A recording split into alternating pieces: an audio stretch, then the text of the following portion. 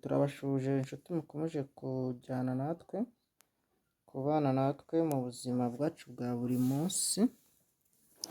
Uyu munsi tugiye kwiga ku bimera bibiri biri hano, kino gicumucumu n'aka katsi gatoya bita uruheza ruto.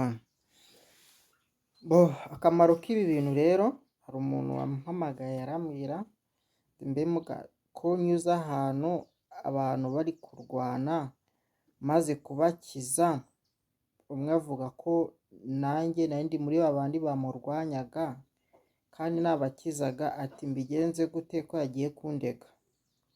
Namubwira ati rero weho nimba nta makosa urimo, simbuka ushaka icyatsi bita igicumucumu n'uruheza rutoya, nurangiza numara kubibona umbwire uburyo urabikoresha.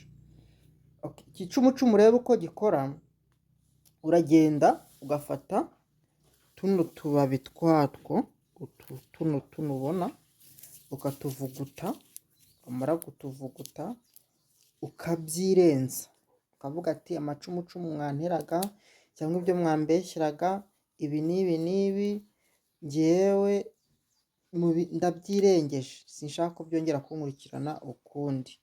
Warangiza kubikora ugafata runo ruheza ugafata uno muzi uyu nguyu ubona, uyu nguyu ukakoza neza ukagashyira munsi y'ururimi.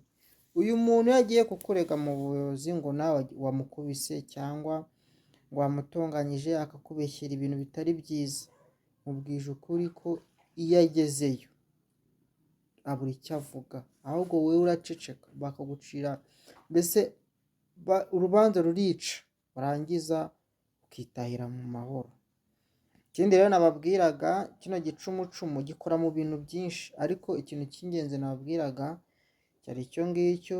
Ibindi muzashaka ko igicumucumu ku bijyanye n'inkundo no mu ngo zango zirasimbagurika zirwana, nabyo nababwira uburyo kizakomeza kigakora. Mukomeze mukande sabone, mukoresha no ku bandi, mukande n'igitekerezo. Njyewe ni muganga, nzajya mbafasha mu buzima bwacu bwa buri munsi. Mbese ibimera duturanye nabyo haba harimo ibintu byinshi byishemo kandi bishobora kutugira umumaro muri ubu buzima bwacu bwa buri munsi. Sawa, murakoze, turacyari kumwe, mukoze kudukurikira. Sawa.